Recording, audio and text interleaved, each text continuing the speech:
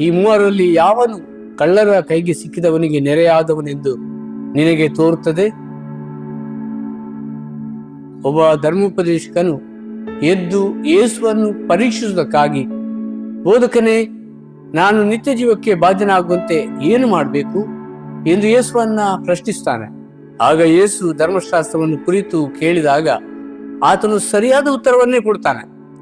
ದೇವರನ್ನು ಹಾಗೂ ನೆರೆಯವನನ್ನು ನಿನ್ನಂತೆ ಪ್ರೀತಿಸಬೇಕು. ಆಗ ಯೇಸು ಅದರಂತೆ ಮಾಡಿದರೆ ಜೀವಿಸುವಿ ಅಂದಾಗ ತನ್ನನ್ನು ನೀತಿವಂತನೆಂದು ತೋರಿಸಿಕೊಳ್ಳುವುದಕ್ಕೆ ಬಯಸಿ ನನ್ನ ನೆರೆಯವರು ಯಾರು ಎಂದು ಪ್ರಶ್ನಿಸುತ್ತಾನೆ. ಯೇಸು ಪ್ರತ್ಯುತ್ತರವಾಗಿ ಒಂದು ಘಟನೆಯನ್ನು ಸಾಮ್ಯ ರೂಪದಲ್ಲಿ ಹೇಳಿ ಈ ಮೇಲಿನ ಪ್ರಶ್ನೆಯನ್ನ ಕೇಳ್ತಾನೆ. ಈ ಪರಿಚ್ಛೇದವನ್ನು ಬರುವ ವ್ಯಕ್ತಿಗಳು ಯಾರೆಂದರೆ ಪ್ರಯಾಣಿಕ, ಕಳ್ಳರು, ಯಾಜಕನು, ಲೇವಿ, ಸಮಾರ್ಯದವನು ಹಾಗೂ ಛತ್ರದವನು. ಪ್ರಯಾಣಿಕನಲ್ಲಿ ತನ್ನದು ಅಂತ ಇದ್ದದ್ದು ಪರರ ಪಾಲಾಯಿತು. ಯಾಕಂದ್ರೆ ಸರಿಯಾಗಿ ಯೋಚಿಸದೆ ಅವನು ಪ್ರಯಾಣಿಸಿದರಿಂದ ತನ್ನ ಜೀವಕ್ಕೂ ಅಪಾಯ ತಂದುಕೊಂಡನು. ಕಳ್ಳರು ಪರರ ವಸ್ತುವನ್ನು ಸುಲಿಗೆ ಮಾಡಿ ಸ್ವಾರ್ಥದಿಂದ ಕಾರ್ಯವೆಸಗಿದರು.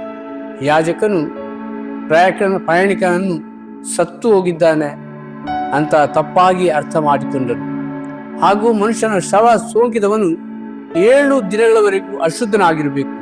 ಅರಣ್ಯಕಾಂಡ 19ನೇ ಅಧ್ಯಾಯ 17ನೇ ವಚನದಲ್ಲಿ ಬರೆಯಲ್ಪಟ್ಟಂತೆ ಆತನು ತಿಳಿದುಕೊಂಡನು.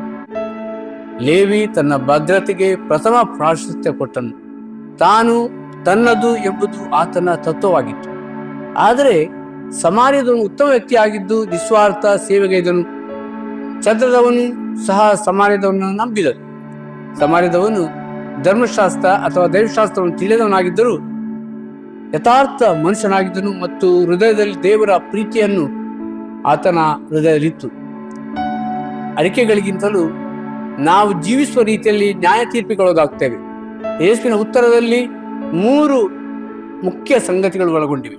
ಒಂದು ವೇಳೆ ಯಾರೇ ಆಗಲಿ ತನ್ನ ಸಮಸ್ಯೆಯನ್ನು ತಾನೇ ತಮಗೆ ಬರಮಾಡಿಕೊಂಡಿದ್ದರೂ ನಾವು ಅವರಿಗೆ ಸಹಾಯ ಮಾಡ್ತೇವೆ. ಯಾವುದೇ ದೇಶ ಜನಾಂಗಗಳಾಗಿದ್ದರೂ ಜಾತಿ ಮತ ಭೇದವಿಲ್ಲದೆ ಅವರ ಅಗತ್ಯತೆಗಳಲ್ಲಿ ನಮ್ಮ ನೆರವಿನಂತೆ ಪರಿಗಣಿಸಿ ದೇವರ ಅಗಾಧವಾದ ಪ್ರೀತಿಯಿಂದ ನಾವು ಸಹಾಯ ಮಾಡಬೇಕು. ನಮ್ಮ ಸಹಾಯ ಕೇವಲ ಭಾವನೆಗಳಿಂದ ವ್ಯಕ್ತಪಡಿಸದೆ ಅದನ್ನು ಪ್ರಾಯೋಗಿಕವಾಗಿ ಸಹಾಯ ಮಾಡತಕ್ಕದ್ದು.